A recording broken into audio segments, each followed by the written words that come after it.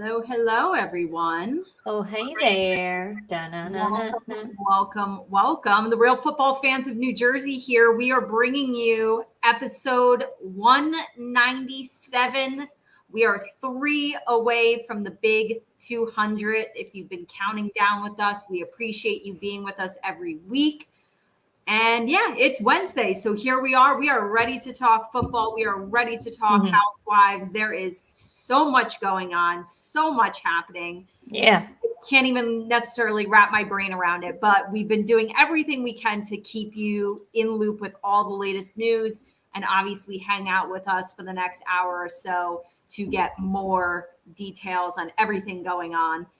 But we did ask you guys tonight to send us some questions on all of our social media platforms. We got some good ones here. I really like them. Let's just dive right into it. We have so much to talk about.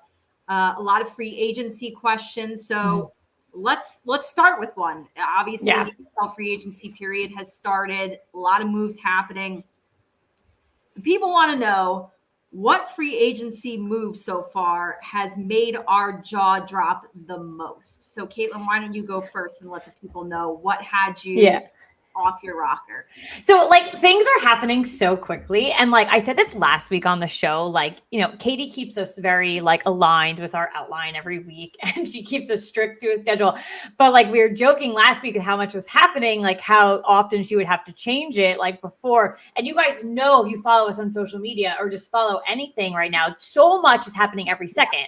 We literally just added something right before the show, which kind of overtakes mine for this, but I'm going to tell you what my original one was, because that it did give me a jaw drop. I guess I didn't know that this could happen. So I'm going with defensive end Randy Gregory, from formerly in the Dallas Cowboys, going to the Denver Broncos, but he agreed to a contract with the Cowboys only to hours later agree to one with the Broncos. So this was one of those things where it went out on NFL's social media platforms. It went out on Adam Schefter's platforms, Ian Rappaport, that he was going back to Dallas.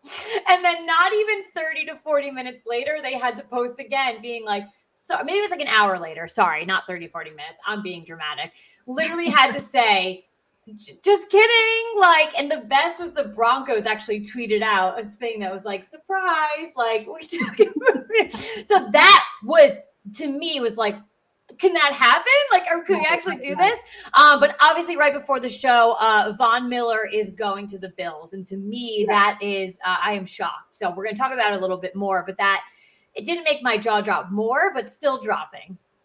Yeah. No, that's obvious. That was a very, very big one. And that's not necessarily a bad thing. It's you just won a Super Bowl with the Rams. It's very Let me go win another one. It's really hard to be repeat Super Bowl champions. Right. You probably have a better shot of winning back-to-back, bouncing and going to the Bills and winning with the Bills. So that's probably his mindset, which is a genius mindset. I mean, you are going from beautiful weather to really, really cold weather. There is that. But Vaughn, you definitely have a good shot of potentially winning back-to-back Super Bowls. 100%. Okay, so mine is maybe not the biggest name, even though I think this player is amazing. I just think it comes from being a Giants fan and seeing this one break and being oh shit. And that for me was Hassan Reddick going to the Philadelphia Eagles. We texted about it. It was just not something you wanted to wait. That was a jaw dropper, as in I'm in pain. That was a bad one. That one hurts. As if get me some Advil. I'm hurting really bad. As if the Giants' offensive line didn't have enough problems. Now we've got Hassan Reddick coming at us in the division. Going to terrorize Daniel Jones. Not happy about this by any means. If anything, I hope this is a move that the Giants front office saw and was yes, we already knew that we had to really lock down some offensive linemen this offseason, but this is even more reason to do so. Shit. That one, anytime you see a name like that go to anybody in your division, to a rival, that one always is the worst. So that to me was the biggest jaw dropper. Yeah, got a little heartburn now when I think about it again. So, all right, well, let's keep with free agency here. So after all their free agency moves, which I feel like this has been the most active team in free agency so far, how close are the Jacksonville Jaguars to the Colts? And I guess that means like obviously they play in the same division, so maybe like talent Competition-wise, yeah. Competition-wise, how close do you feel they are with the moves they've made?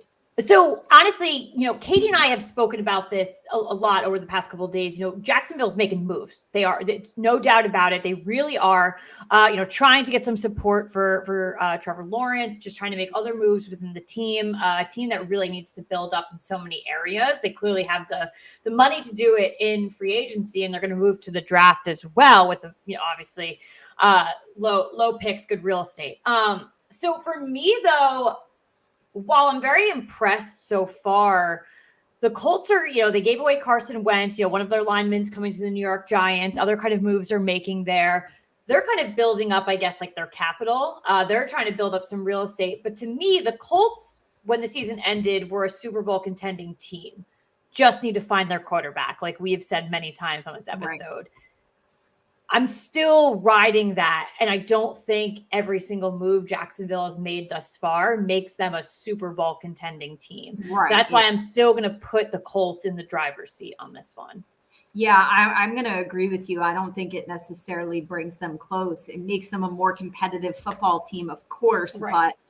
But, we've seen this before too, by the way, like in past free agencies where like you see a team make so many moves. Remember when Philadelphia was the dream team and they had that free agency where they brought in like every big name and people were like, and Philly was going nuts. They thought they were going to be the dream team and they ended up sucking. Like, just because you bring in names doesn't mean that they're going to gel together. It doesn't mean that they're going to pick up the playbook quickly. Like there's so many factors in it. So I never want to jump the gun on a team like just getting all these big names, especially on a team that was like the worst team in football last year. So I don't think it necessarily all of a sudden catapults them into the conversation with the Colts. We'll see. I mean, maybe it does turn out like well for them. And I do think it makes them a more competitive football team, but I think more competitive means like if they win 6 games next year, that should be good for them. So we'll see. Okay. Last free agency question here. Has your opinion changed on what the New York Giants do with their 2 first-round picks in the draft based on who we have signed in free agency? Obviously, we've brought in some linemen.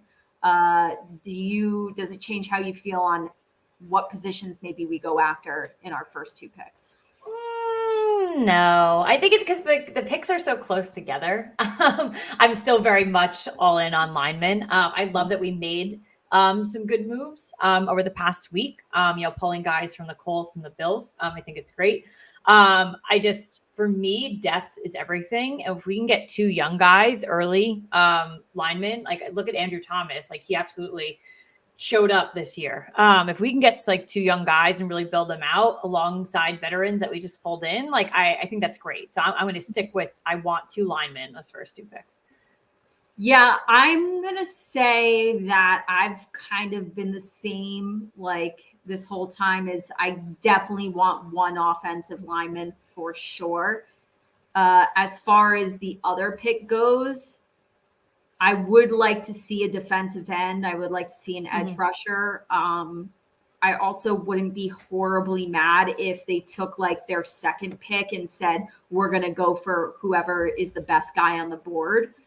Because I've certainly seen a lot of mock drafts, guys like, safety Kyle Hamilton, like to us, like that's not going to upset me. Just make sure you lock in a lineman, and then what you do with the other pick, like I said, if it's a defensive end, that's going to make me very happy. But if you feel really strongly about a guy who's like at the top of everybody's boards and you go for him, that's great. Just make sure you lock down 1 lineman with 1 of the 2 picks. Yeah. All right. And then this is definitely a question. This is a housewives question. It ties into actually what we're going to be talking about tonight in the world of housewives. But I like this because it's like got a little football theme to it too. What draft grades would you give each Salt Lake City lady for how they did at the reunion? I was not nice, I have to Katie. do in the future, like give grades for these ladies for the other reunions. But let's do this together. Let's start with Heather. What grade would you? Well, I gotta tell you, I'm not very nice to any one of these ladies. I thought it was a horrendous reunion. I gave Heather a B. She actually has my highest score. Oh, okay. So I gave Heather an A minus. I almost gave her an A, and then I changed it to an A minus. I do feel like she didn't do anything that you're like, oh, Heather, really? Come on. Like, she never disappoints me. I'll put it that way. And I'm always like on her side with everything and everything she says. I gave her an A minus because I think sometimes she is loyal to a fault. I think a lot of these women have said really nasty things about her. And as much as I appreciate and envy her ability to like push those things under the rug and not let them affect her, sometimes I want to be like, stand give up for people yourself. shit for like saying really horrible things about you. Yeah. So she gets an A minus for being loyal to a fault. Okay, how about Whitney? I give her a B minus. I gave Whitney a B because she was just kind of there. Like, she didn't do anything that pissed me much. off. She didn't do anything that I was like, yeah, go Whitney. So she just she gets a B. All right, Lisa Barlow.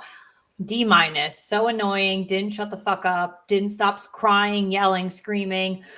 I couldn't. It was too much for me. Yeah, Lisa gets my lowest grade out of all the ladies. She gets an F. I think she I didn't give anyone an F.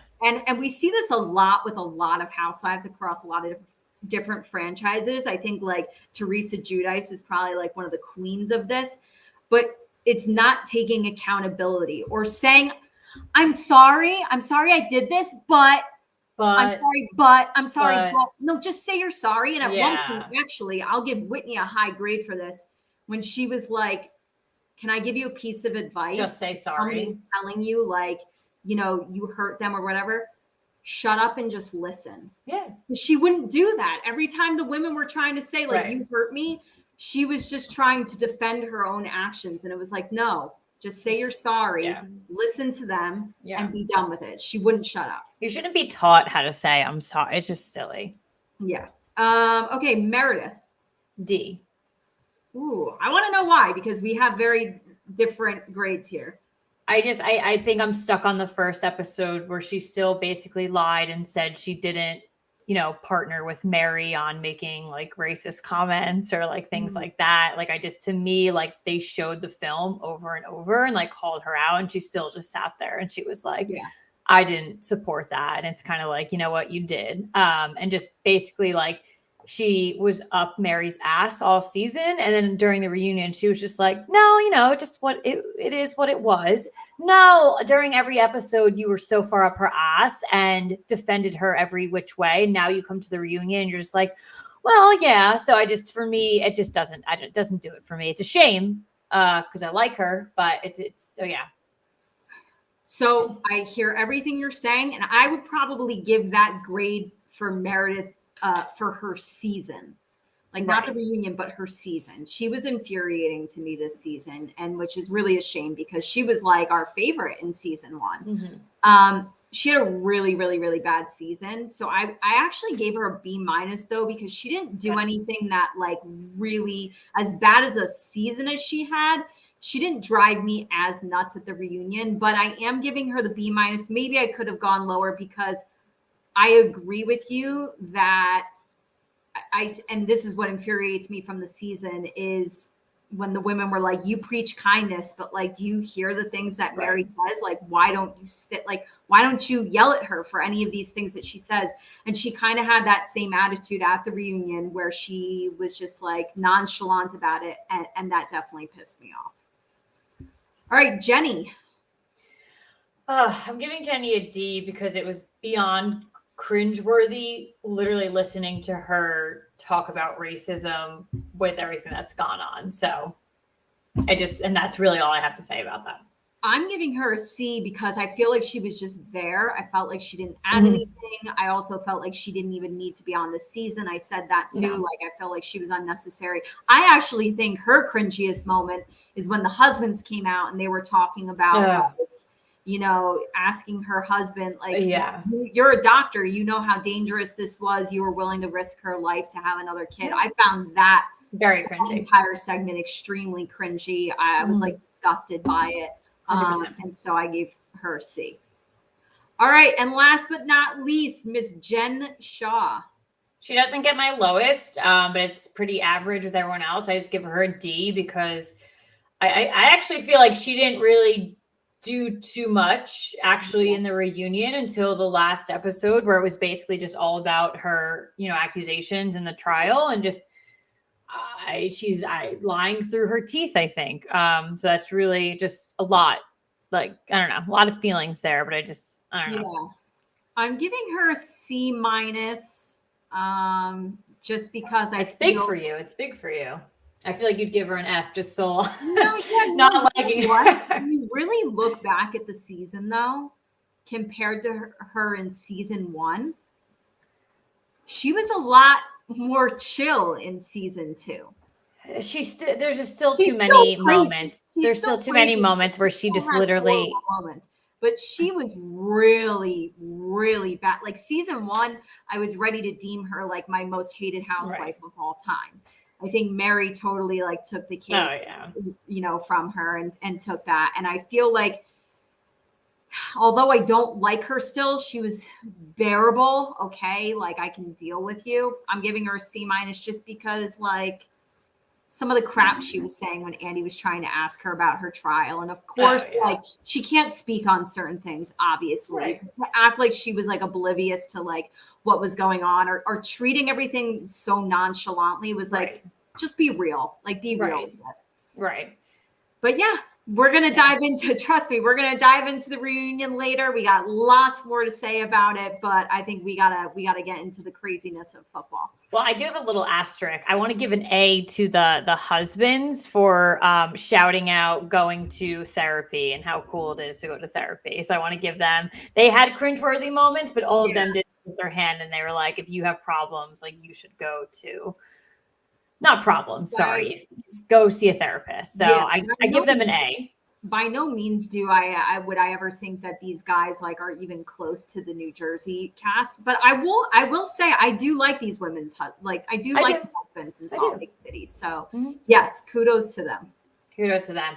All righty, let's get into the big stories of the week for football. And obviously, if you guys are watching, we know we just went through questions. If you have any questions for us as you're watching live on YouTube, Facebook, and Twitter, please go ahead and send them in. If you have any commentary too, we're happy to share it on screen as we're live right now.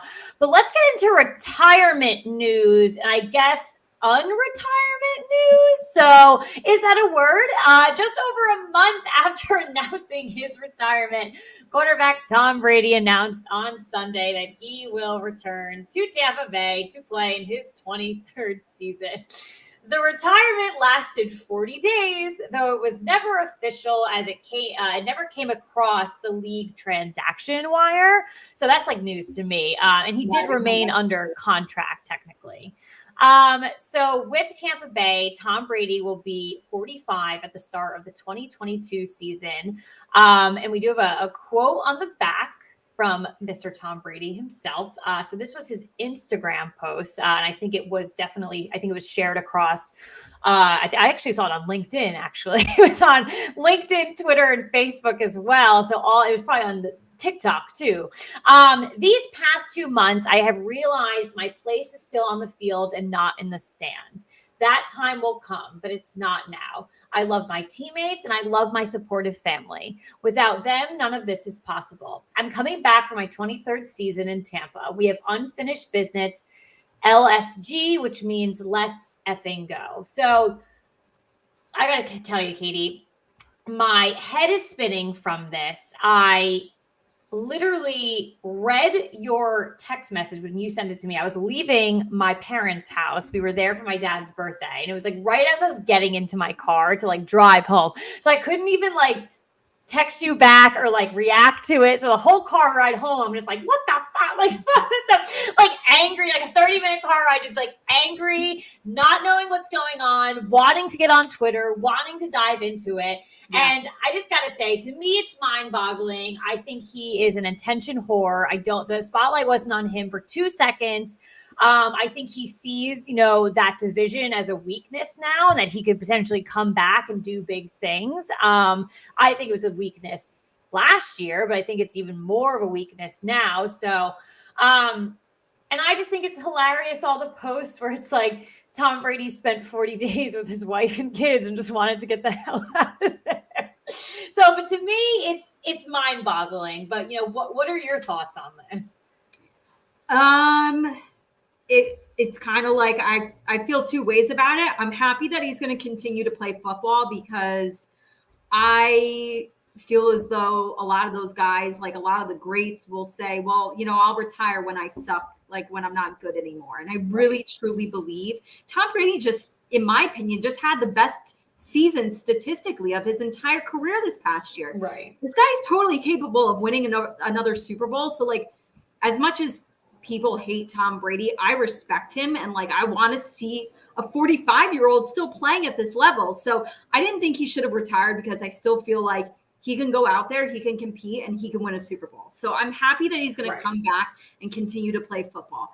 I am annoyed that like, don't retire unless you're like 100, but like, it's such a big decision. Yeah. And there's a whole off season. Like you didn't have to make that announcement that you were retiring when you did. You could have taken more time to keep thinking about it because you were clearly unsure of it. You were not 100%.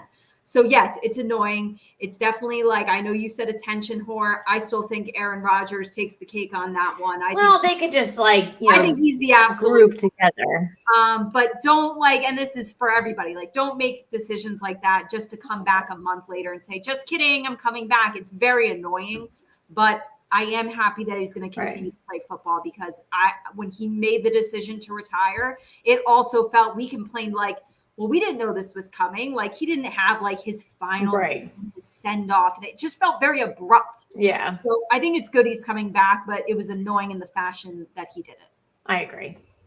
Because then you could have done it properly. So like Andrew Whitworth. So yesterday, offensive tackle Andrew Whitworth officially announced his retirement after 16 NFL seasons. Whitworth was the second-round pick out of LSU in 2006 and spent his first 11 seasons with Cincinnati. In 2017, he moved to the Los Angeles Rams. Obviously, he won Super Bowl 56 at 40 years old with them.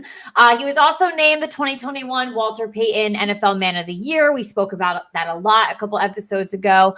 Earned 4 Pro Bowl selections and 2 first-team All-Pro honors throughout his career. So just honestly, like, clap it up for him, 40 years old. Look at all the stats that we just read off for him. Phenomenal career on 2 different teams, won a Super Bowl. Now he can definitely ride off into the sunset. And there is a video surfacing now. I guess they probably kept it on the low because he didn't announce his retirement.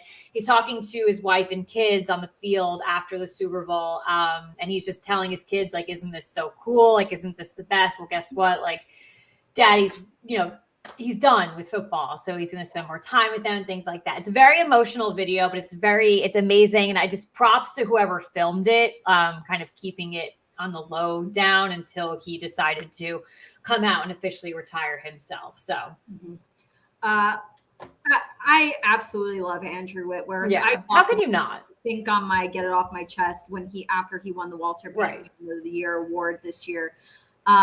Nobody deserves to ride off into the sunset in this fashion the way Andrew Whitworth does. What a career. Oh my God. Just an amazing player, but a way more amazing person. And, I, as a Giants fan, I don't have too many players that I gush over that are not on the New York Giants. This is a guy that I'm so incredibly happy for. Right. And hats off, enjoy retirement and enjoy riding off into the sunset with a Super Bowl ring and what he's probably more proud of, the Walter Payton Man of the Year award. So congrats to him, a phenomenal career. We can only be so lucky to have an offensive lineman like that on our team. I agree. All right. Well, let's dive into free agency. Obviously, there have been It's just going to be like many moves. rapid fire. This is totally going to be rapid fire. And I was going to say, do you think you can do this whole list without taking a breath? I'm going to take a sip of water first. Let's see how many Katie can. I'm totally going to be parched by the end of this. So let me take the water. It's like a wrap. Just kind of just spill it out. We got a lot, but I am going to go pretty rapid fire with it. Yeah. And obviously, Kate, any thoughts that you have, anybody that you want to like talk about? I could wait till It's like one of those till the end to have questions. So this is a big one. The traders traded for linebacker Khalil Mack. Las Vegas, they gave defensive end Max Crosby a 4-year, $98 million contract extension. Cleveland, they traded for wide receiver Amari Cooper, officially bye-bye from the Dallas Cowboys. Arizona, they signed tight end Zach Ertz. They're keeping him on a 3-year deal. Minnesota gave quarterback Kirk Cousins a 1-year, $35 million contract extension. Dallas, losing Amari Cooper, but signing wide receiver Michael Gallup to a 5-year, $62 million deal. Green Bay, they released linebacker Zadarius Smith, who, by the way, news came out now, like a couple hours ago, he's going to be with the Baltimore Ravens. Miami, they are keeping defensive end Emmanuel Ogbah on a 4-year, $65 million deal. Miami, they agreed to terms with running back Chase Edmonds, certainly needed running backs over in Miami. Cleveland, they are bringing in Amari Cooper, but they are releasing wide receiver Jarvis Landry, longtime Cleveland Brown. Arizona agreeing to terms with to keep running back James Conner. The Steelers signing quarterback Mitchell Trubisky to a 2-year deal. Seattle signed Quandre Diggs to a 3-year deal worth up to $40 million. Philadelphia, as we said before, agreed to terms with linebacker Hassan Reddick. Jacksonville signed wide receiver Christian Kirk to a 4-year, $72 million deal. Green Bay re-signed linebacker Devondre Campbell to a 5-year, $50 million deal. Miami signed Caitlin's guy, quarterback Teddy Bridgewater, to a 1-year deal to compete against Tua. Both of the guys there. I'm sure you'll have stuff to say about that. But the Chargers.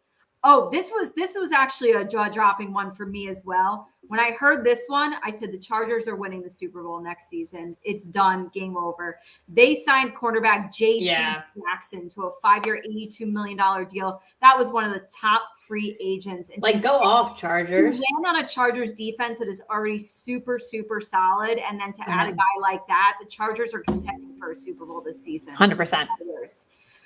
Jacksonville, they signed tight end Evan Ingram to a 1-year deal. He is officially out of New York. I know a lot of Giants fans are kind of celebrating that one. Speaking of New York and tight ends, the Jets signed tight end CJ Uzama to a 3-year deal. I thought that was a great pickup for them. Jacksonville signed wide receiver Zay Jones to a 3-year deal worth up to $30 million. Baltimore signed safety Marcus Williams to a 5-year, $70 million deal. Buffalo signed running back J.D. McKissick.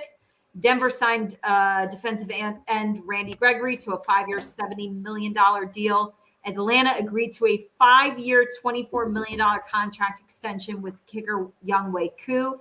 Tampa Bay signed wide receiver Russell Gage. The Giants signed quarterback Tyrod Taylor to a 2-year, $17 million deal.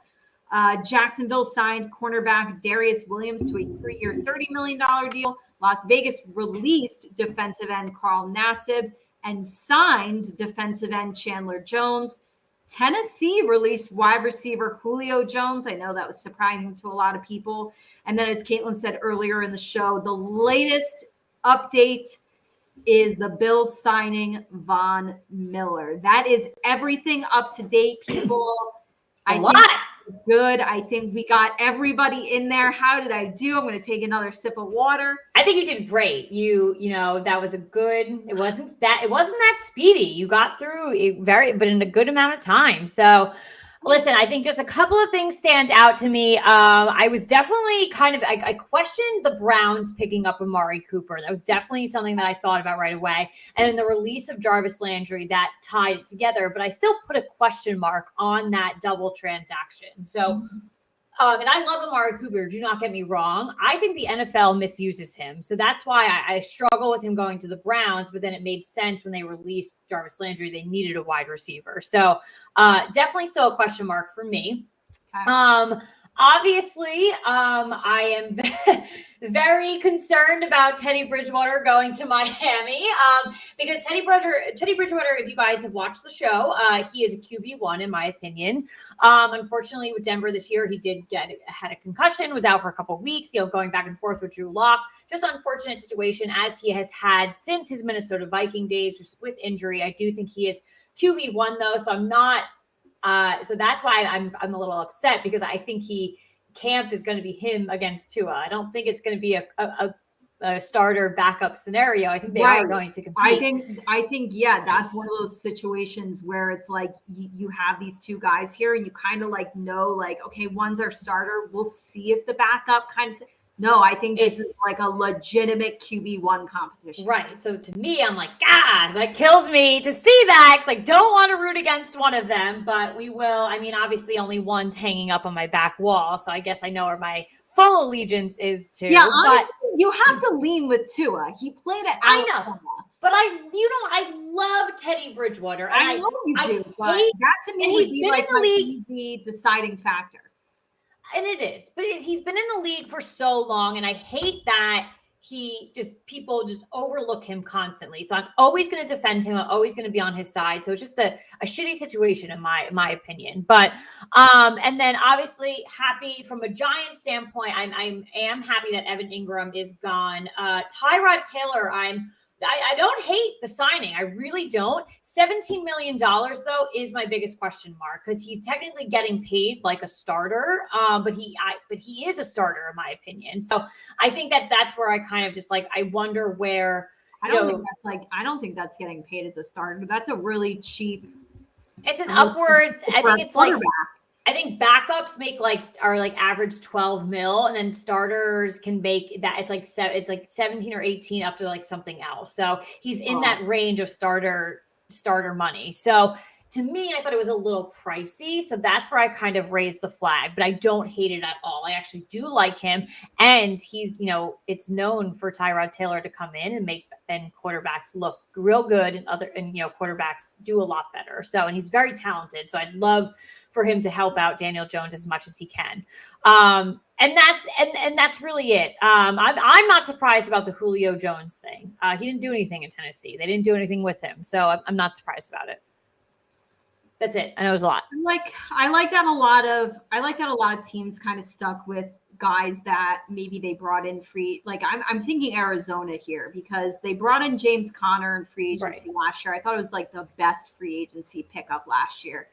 And now they've agreed to terms to keep him. I think that's great. They picked up Zach Ertz in the middle of the season, who ended up really, really doing well for them once he got there. So I think to keep both of those guys, I think is great. I also like the move from Minnesota, keeping Kirk Cousins on a 1-year deal.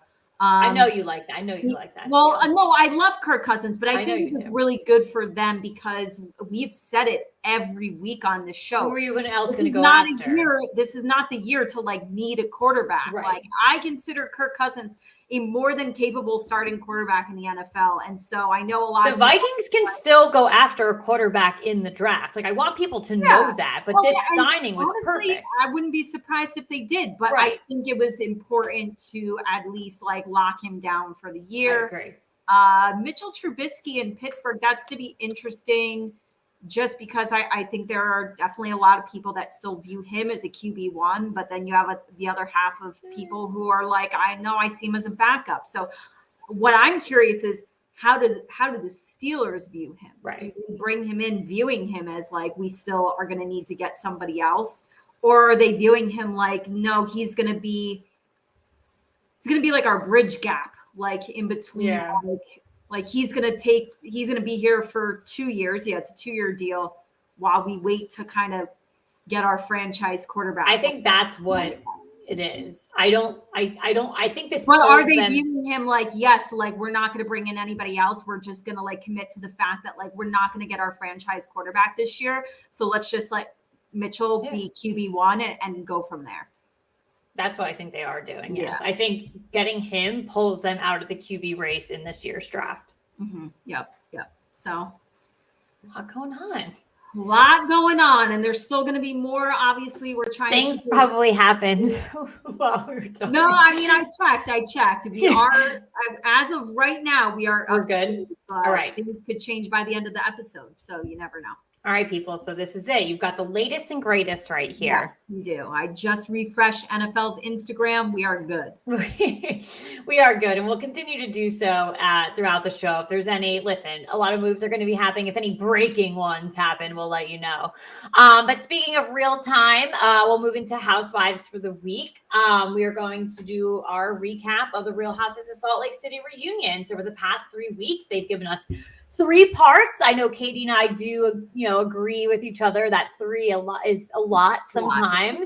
By the time we get to the 3rd part, we are very anxiety ridden. We are frustrated. And I must say that, yes, I feel those feelings right now after 3 episodes. So we broke it down into all 3, and we're just going to discuss the main things that have happened. So I'll go ahead and start with part 1 and just say what had happened, and we'll have an open discussion about it. Yep. So part 1 discussion, the women didn't know Mary was not going to be a no-show. So it was a big surprise to them. Andy explained that he spoke with her and she was not happy about the allegations the women spoke around her church. Meredith apologizes to Jen, saying her hostility and animosity this season came from private family troubles off screen.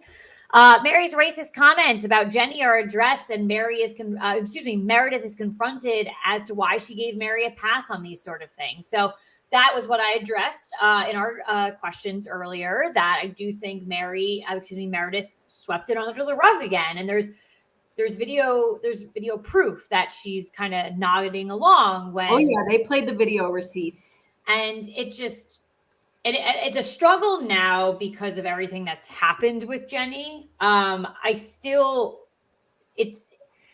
struggle with it because she's saying you can't do this to me, but then she can do it to another race. So that's where I'm struggling with it right now. But both cases are not right. Throw that aside and just looking at it's still not correct. It's right. not okay. It's no way in shape or form is not okay. What Mary did was not okay. Right. And to see Meredith just kind of sit there and just kind of like nod along and like kind of like laugh almost, but she defended that. She was like, oh, it was like a nervous laugh. Like, listen, don't get me wrong. The way I react to things sometimes, I kind of have like a weird like face to things. Like you would have caught that weird face on camera. Like I would have been like, oh, did you just like do that? Like you can't do that. Like it's just not something that you could do. And like you say that like loudly. So I think Meredith like puts up a front that she will defend people, but like she doesn't. So yeah, no, I was really happy about the fact that like all those video receipts played and Andy asked her about it and they were grilling her about it.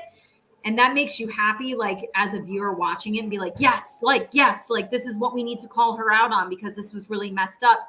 But what was disappointing was Meredith's reaction to it, which was really no reaction at all. So it's kind of like, it's like not getting closure on the situation and not like that person admitting that they were wrong. Right. Meredith never really owned up to like doing anything wrong. And that was what it almost just like made it worse. So. Yeah. Well, I was looking at my phone because I got a comment on Facebook. It didn't come through on our episode, but my brother is watching through Facebook, but he's watching it through my feed, like my personal feed. And he commented, yeah, like to me, yeah, you do with the face thing where I'm like, I constantly just like, look, it is very true. I can't hold my facial expression. So if you make a comment like that, I'm not just going to laugh nervously. I'm going to be like, did this bitch just say that? Like, you can't say that. So, I mean, with everything else, though, like, I think Mary not showing up, like the women being shocked, I think that was kind of staged, in my opinion. It seemed very, like, not real. I don't know. I don't know. Really get that vibe, but.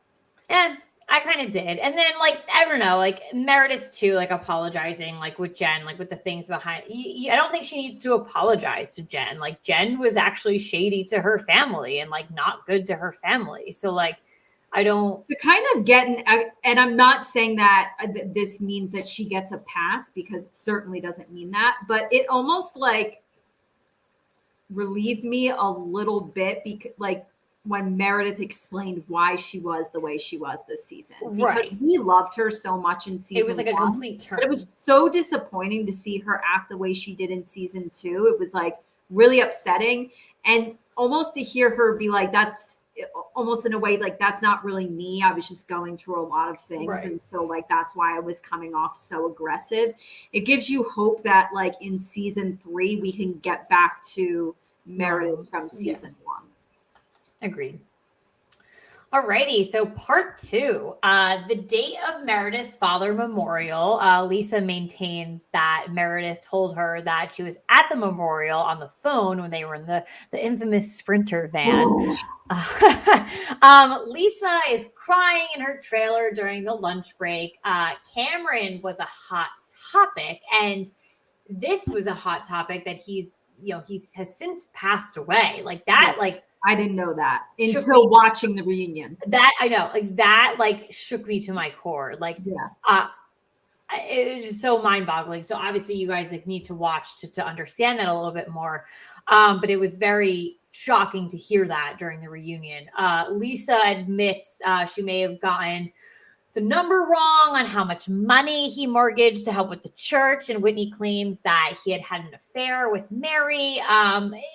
And this is just like, it's not great because this man is now deceased. I hated how much they went on about it. It was it was like cringy. Cameron was a big segment for part 2 of the reunion, and it was extremely uncomfortable to know I didn't like it. Man has passed away.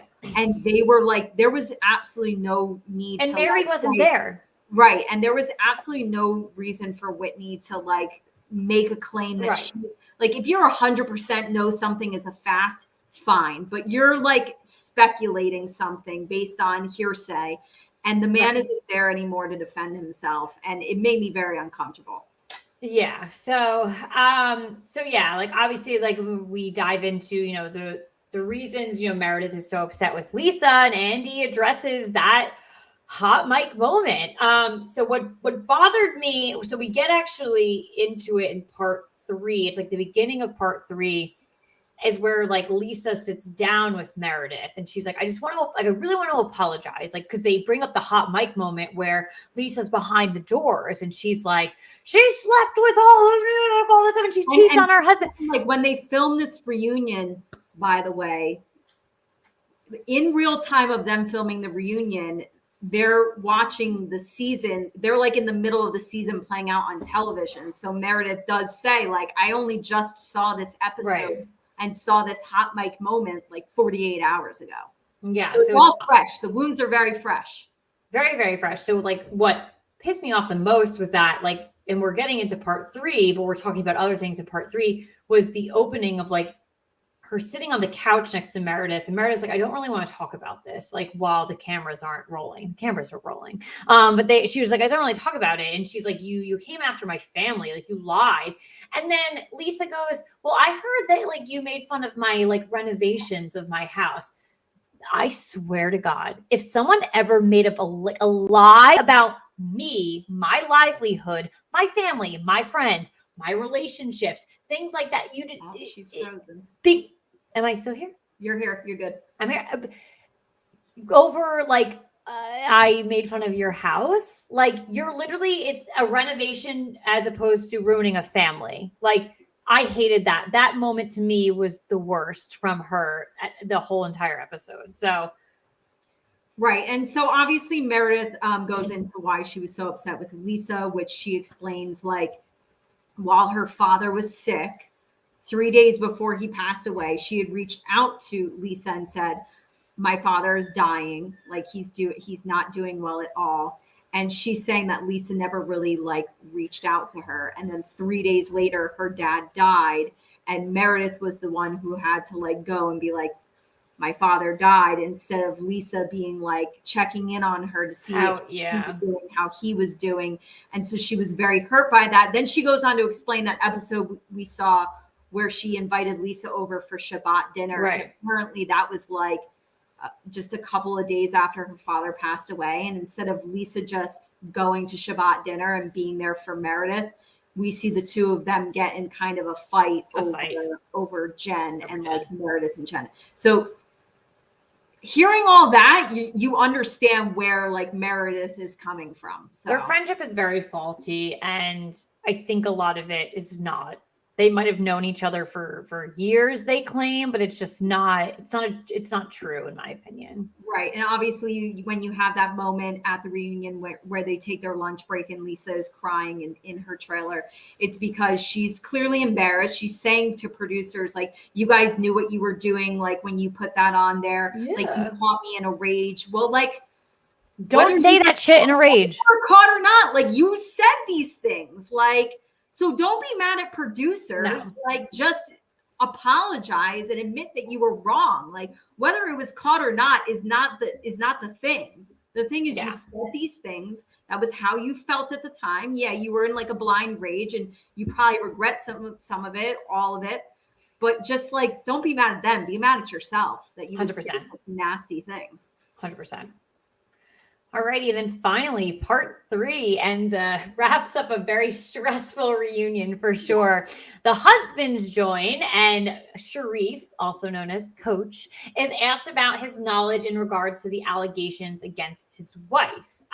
Sharif asked how they could afford their lifestyle. So Rally.com dug up public record that in 2020, his salary at the University of Utah was $553,000. And I thought it would be. It's more than I thought it was going to be. So I have some thoughts on that, but the rest of part 3 is about about Jen, the upcoming trial. Sorry. I have some thoughts on that. So that was one of the biggest topics of the episode of, Jen being very defensive around people asking her where she gets this money and like, does Coach really coach these things? And she whines about the fact that people are saying that he's like a youth football coach or things like that. She actually portrays him as someone who coaches like at like a junior college. Never, ever, ever has she. So in this reunion, she's like, Utah just went to the Rose Bowl last year. Like he's actually like, he does all this. He was an NFL, like a recruiter, like back in the day, like, or a scout. But whenever this came out of her mouth, like I got the impression that he coached at like a junior college. I never thought, or he was like one of the 15 assistant coaches. I never knew what a big shot he was until this reunion when she laid it all out. And then she said, I don't understand why people think he's a junior coach, because she makes it out that way. So that was something that was super eye-opening to me. Obviously, the dollar amount there was eye-opening to me. I didn't realize he made that much money. College coaches. Still what he makes, which is a phenomenal salary. Like Will Tate. Still does not, at the end of the day, that much money does not equate to what they're spending and how they're living. And the part that annoyed me the most, and I texted Caitlin this when I was watching part 3, was when Andy asked Sharif, like, how do you feel about like when people are like, oh, where does this money come from? How are they living like this? And Sharif's response was, no, because I know my wife and she's worked 20 plus years. And I was cracking up because Jen Shaw is like, what, in her 40s?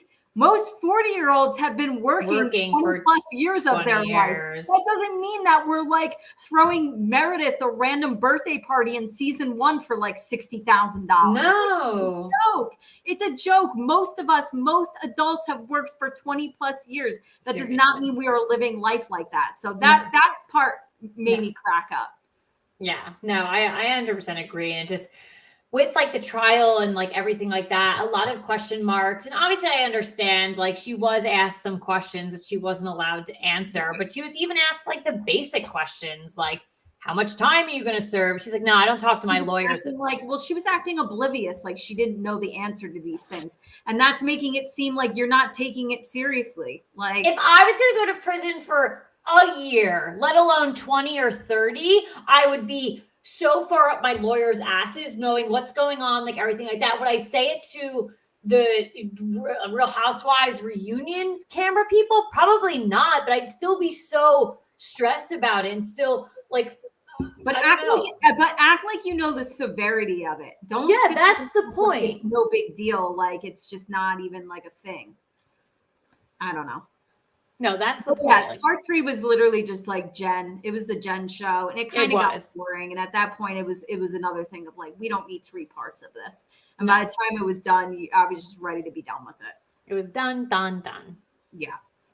But listen, I mean, I think we said they're filming season. They are filming right now. Yep. And we've definitely gotten some rumors about potential new cast members. Once we get a little bit more confirmation and more information on that, we'll let you guys know. We'll let you guys know. But Salt Lake City, it is proving to be a good franchise. Yep. And yeah, we'll see how it goes for season 3. Absolutely. But obviously, Jen's trial, which was supposed to be March, now to July, so we will not get that story. We gotta wait.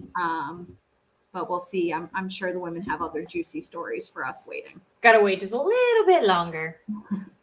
All right, well, let's get into our game for the night. It is going back to free agency and all the names we were listing before. It is one of our go-to games called You Can Get With This or You Can Get With That. I think that was good. We were really on sync with that one. That was good. I think it's been a hot minute since we played this one. This one is a free agency edition version of the game. It's a this or that. So we're basically going to take a look at some of the free agency moves that have been made so far and answer which player we would rather have. Now, this is not going to be based on like, oh, would you rather have this player for this amount of money in this many years versus this size contract? This is just going to be who would you rather have straight up skill wise. So let's start off. We got 8 of them. We're going to start with quarterbacks here. Obviously, the Giants have one of them. But first one is, would you rather have quarterback Mitchell Trubisky or quarterback Tyrod Taylor? I had made like a point to this earlier. I am going with Tyrod Taylor. To me, he is a QB1. And I know you had brought up that some people do think Mitch Trubisky is still a QB1. I don't really see that, in my opinion. So I'm going to go with Tyrod Taylor on this one. So this is like an asterisk one for me because like if I'm literally, and this is not how I answered it, but in a way where I'm looking at like if the Giants were going to get one of these guys, who I'd rather have, and I would rather have Tyrod on the Giants because I don't think he's necessarily threatening Daniel Jones so much for the starting quarterback position. And I think he's a veteran, very knowledgeable, played for many different teams. I think he's an asset to help Daniel Jones learn more about the game and everything like that. So I'd rather have him on the Giants, but in the grand scheme of things, I do feel like gun to my head, who is a QB1. If I had to pick, I'm going with Mitchell Trubisky on this one over Tyrod. All right. All right. Number 2, tight end Zach Ertz or tight end CJ Uzomah. So I think that Zach Ertz has done a great, has molded himself in Arizona, obviously gets an extension there contract wise. But I think about what his, like their past has done, like to help them in the future. I don't think, his latest pass with the Eagles is going to help him in the future. Like he had a great standout season, going to the Cardinals. I think CJ Uzomah with the Bengals, I think he did such a phenomenal job in his past couple of, I really liked him. I called him out on many episodes this past season. Really good tight end. So I actually think that puts him up for a little bit more success in the future. So I had to give the upper hand to him on this one. All right. I went with Zach Ertz. And I said, as long as he can stay healthy, I feel he has been the more consistent player throughout his career. He's always just kind of fighting the injury bug. So you just got to, again, hope that he stays healthy. But I like him overall as a player better. All right. Number 3, running back Chase Edmonds or running back J.D. McKissic. So I am going with Chase Edmonds on this one. So he finds himself in the end zone more. And for me, it's a little bit more attractive that he's been on one team as a whole. And you see J.D. McKissic, he's been on a couple of teams throughout the years. So I think if like you're obviously, you know, these teams have made like decisions, but if you want to put on your free agency hat and you're like, hey, moves still could be made if you're looking at these two guys. For me, it's like this guy finds the end zone more, he's doing more things, and his track record is one team. It's hard to go from team to team to team. So that's where my decision is on this one. Sometimes you and I are on completely different pages, and then other times we're spot on. We're speaking the same exact sentence. So I'm going with Chase Edmonds, and I will read you word for word. Both good backs who can also catch. I give the edge to Edmonds because he finds the end zone more. So I think it's that 30 years of friendship. You can't beat it, people. All right, number 4, wide receiver Christian Kirk or wide receiver Michael Gallup? So fun, unique fact, the two of them have the same amount of yardage. And I knew you were going to write this down. And I had to double check the outline because I wanted to make this a point because I thought it was so fascinating. And fascinating. It is fascinating. They have the same amount of yardage, and I will give you the yardage. It's 2,902. So that was just mind-boggling. I wanted to just give them a tie just because that fact was insane. Yeah. But I'm actually gonna go with Christian Kirk, just because he has more yards and touchdowns in 2021. So if we're looking from the past season moving to this one, he actually did a little bit better last year. So that's why I'm giving him the edge on this one. But I had to check the outline to make sure that you were doing the game. Because I knew you were going to have this stat because Katie is like the analytics queen. And I was like, I want to be able to point this. That's so funny. I know you have it written down. Yeah. So again, word for word, I'll read you what I have. I picked Christian Kirk and I wrote literally fun fact. What I wrote, they've both been in the league for 4 years and both have 2,902 career receiving yards. That's I said, Kirk because last year he was able to put up 982 receiving yards and 5 touchdowns in what was a really loaded Arizona Cardinals offense. So the fact that he was able to put up those numbers where there's so many guys on that team to, potentially take stats away from him, he really shined. So I'm going to go with him on this one. Well, those fun facts, it's like our friends at Big Blue Avenue who always have those crazy stats on hand. So that was like, you can't make that one up. No, the same amount of time in the NFL and the same exact yards to a T is pretty insane. I had to double look a couple of times just to make sure I was seeing it correctly. All right, number 5, defensive end Max Crosby or defensive end Emmanuel Ogbah?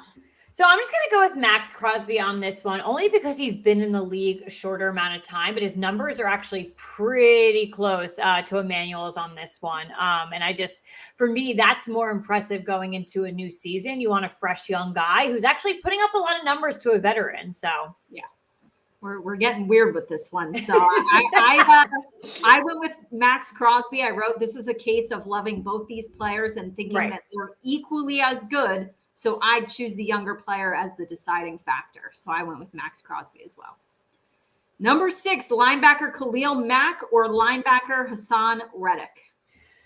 Listen, I am very terrified that Hassan Reddick is going to be coming at Daniel Jones this season. But I am also terrified to ever pick against Khalil Mack because to me, when it comes to linebackers, he is one of the greatest. He terrifies me, and I don't care what team he is on. He's going to do work, so I just couldn't find myself to pick. I had to go with Khalil Mack. Okay, I did go Hassan Reddick on this one. I said Khalil Mack is Khalil Mack. Not taking anything away from him, but I said he is coming off of an injury. And Reddick is the younger player who is extremely dominant in his own right. So I'm going with Reddick. All right, number 7, wide receiver Zay Jones or wide receiver Russell Gage?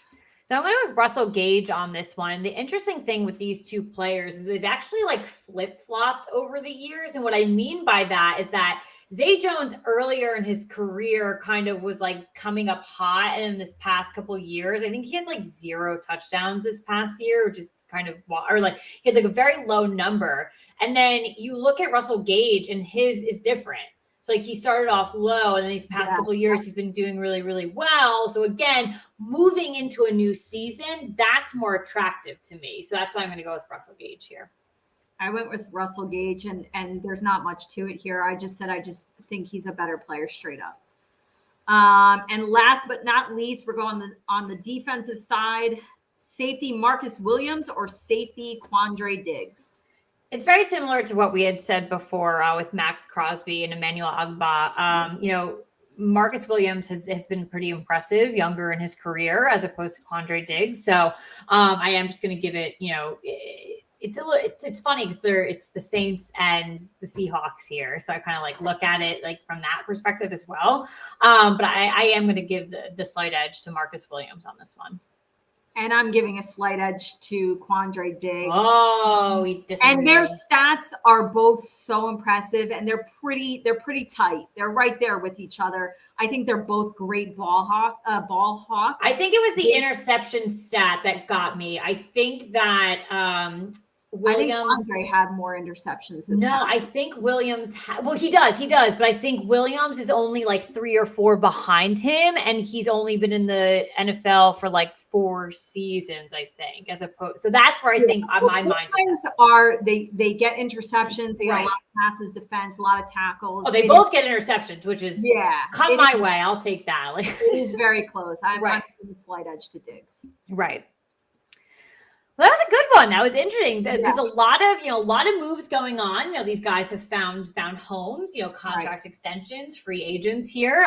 So a lot of stuff is going on. It's really interesting to compare a lot of these guys and put them up next to each other, especially because the list that Katie just read before, there is a lot going on. A lot of moves that are being made. So, I mean, I don't know.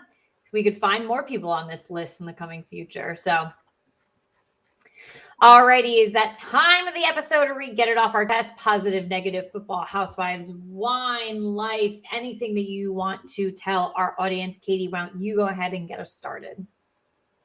Obviously, football is my number one thing, my favorite sport to watch, but I would be lying if I said March Madness is not my favorite sporting event of the entire year. I love it. It honestly, when we like joke and we say like, oh, this feels like Christmas to us, March Madness really, truly does feel like Christmas. It's a very exciting time. The first day is like a magical feeling of like, oh my God, here it is. Like breaking out your bracket, like watching like 50 games at once. It doesn't get any better. So I'm very excited. Obviously, the play-in games have happened yesterday. We got more tonight.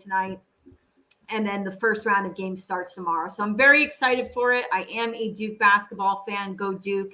And just a little side thing, like I was laughing because I know a lot of people thought that the Giants were going to bring in Mitchell Trubisky. And I had a little bit of a chuckle because even though I don't have a college football team, I'm like, well, we got Daniel Jones. Can we really have a Duke quarterback and a UNC quarterback? It wouldn't work. It wouldn't work out. I'm like glad that Mitchell Trubisky is not on the Giants, not just for that reason, but I am happy with bringing in Tyrod for reasons that I kind of said before. But yeah, everybody enjoy March Madness if you're into it. If you're not, I always say, even if you don't watch, fill out a bracket because you will most likely win. It's the people who know nothing because that's how random March Madness ends up being. And I think that's another reason why I love it is, and I know we love any NFL season where it feels like the Super Bowl is up for grabs for many teams. And that's how March Madness is year after year. Any team can win it. You have the upsets. You have the Cinderella teams. It's all very exciting, and I can't wait. That's why it's madness. Everybody, good luck with your brackets if you fill them out, and hopefully we all win some money. Go Gonzaga. I have Gonzaga winning. So obviously, I got to say, though, I have had Gonzaga winning March Madness for the past, this goes back to my college days, 8 years. If they don't win this year, I think I need to stop picking. No, because if you stop and then the second they win, you're literally going to like go nuts. I will fly out to Washington and be like, damn it, Bulldogs, you've been killing me for these past years. But yeah, no, I just want to give a big shout out to another, it's a Giants podcast. Obviously, we're a football podcast. But Giants podcast, New York Revival, hosted by, 3 guys. Katie and I met up with them at Giants Fan Fest this year. They are great. They're doing phenomenal things. we're totally going to get them on the pod. Don't you guys worry. But it's New York Revival. You can find them on Twitter, Instagram, your favorite, YouTube, all your podcast outlets. They actually host a Twitter space. It's called Giants Therapy, which over the past couple of months, it actually has been a therapy session where people come in, during the season, it was a little more rough, people crying, people getting things off their chest like we're doing right now. It's been a little bit more like heads on, not heads falling off lately. So I love going in and listening. Big respect to them, though. I did hop in this week. So how spaces work on Twitter is like you actually assign speakers, so it's not just everyone talking at once. I was very fortunate enough for them to see me pop in. They actually listened to the pod, and they made me a speaker, and they had just asked, what my opinion was, going on with people who had spoken so far on the spaces, and that, kind of what my reaction so far with free agency was, or just the off season in general. So a lot of the consensus on, this particular conversation was that what we're doing is not very sexy. That was like everyone was saying. I think I was the only girl on the spaces, which is fine. I always respect that. But it just made me laugh for a lot of men to be like, what we're doing isn't sexy. And I was like, oh, I didn't realize football was sexy. I actually had gone on. I was just like, I actually have to disagree with everyone. I actually think what we're doing right now is very hot, is very sexy for what the position that the Giants are in right now. Right. So we come into this off season, basically all of us joking that the Giants have $0, nothing to do in free agency, have to wait to the draft. I got to give a lot of props to Joe Schoen for, reconstructing contracts, guys taking pay cuts, and then moving away from people that we didn't necessarily need. So in the past, the Giants have gone into free agency with money, and not just like mid-level money, like New York Giants franchise money, to where they're having a lot. And the Giants have made mistakes in the past, royal mistakes, both under Dave Gettleman and Jerry Reese. I'm not giving the blame just to one. I'm going to pull it on both of them there. And to me, they're making decisions free agency that actually kick us in the ass years later, where they have to reconstruct contracts. And they're like, shit, we pulled this guy in free agency, 3 years ago, and now we have to give him more money. We're not getting rid of him. So it was poorly done. So I actually think we're in a great position right now. We've been able to reconstruct, do certain things, let guys go, which isn't always the best thing. You kind of get a little sad, but it's not a big deal. I mean, Evan Ingram, I was like, get the hell out of here. But you move things around there. You have team players like Sterling Shepard and Blake Martinez who take pay cuts, which is great. There's some other vets on the team that'll probably take some pay cuts as well. And you look to where you can. So Joe Schoen obviously has, relationships in Buffalo. Bringing on a lineman there, bringing on a lineman from the Colts. We're building depth, and I like that.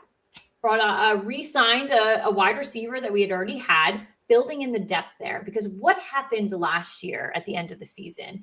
We had so many wide receivers and linemen, but then at the end of the season, everyone was hurt.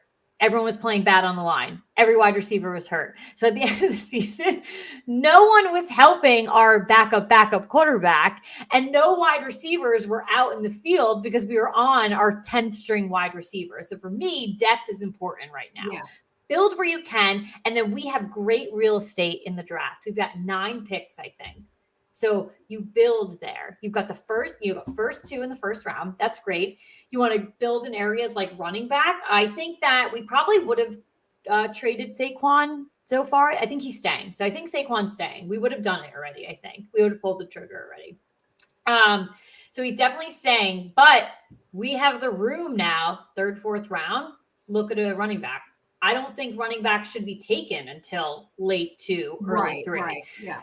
So the Giants have that room there. So those were my statements on the spaces that I actually, while some people might think it's a quiet period for the Giants, I actually think that's really good for us. And it is hot and sexy what we're doing right now because it makes sense for us. I think us moving into this period with not a lot of money, not a lot of room is the best thing that could have happened to us. So I'm very content. I think it's hot. I think it's spicy. We're doing good things. We still got time. And I'm very much looking forward to the draft and what we can do when these pieces come together. We move to camp, we move to preseason, we move to the actual 2022 season. So yeah, the draft is going to be so huge for the New York Giants and huge for any team that obviously doesn't have a lot of money to like be making these crazy moves in free agency. So I know we are very much so looking forward to that. We have that written down.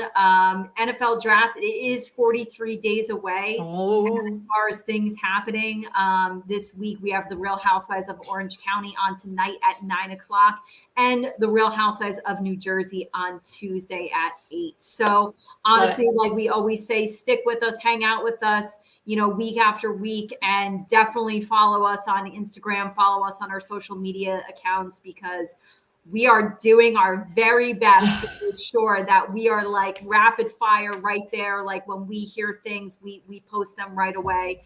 And obviously, as you guys heard earlier in the show, there have been many free agency moves, and there will be more to come. And we'll catch you guys next week. But thanks for tonight, and thanks for hanging out. Absolutely. We'll catch you next time. Cheers. Good night.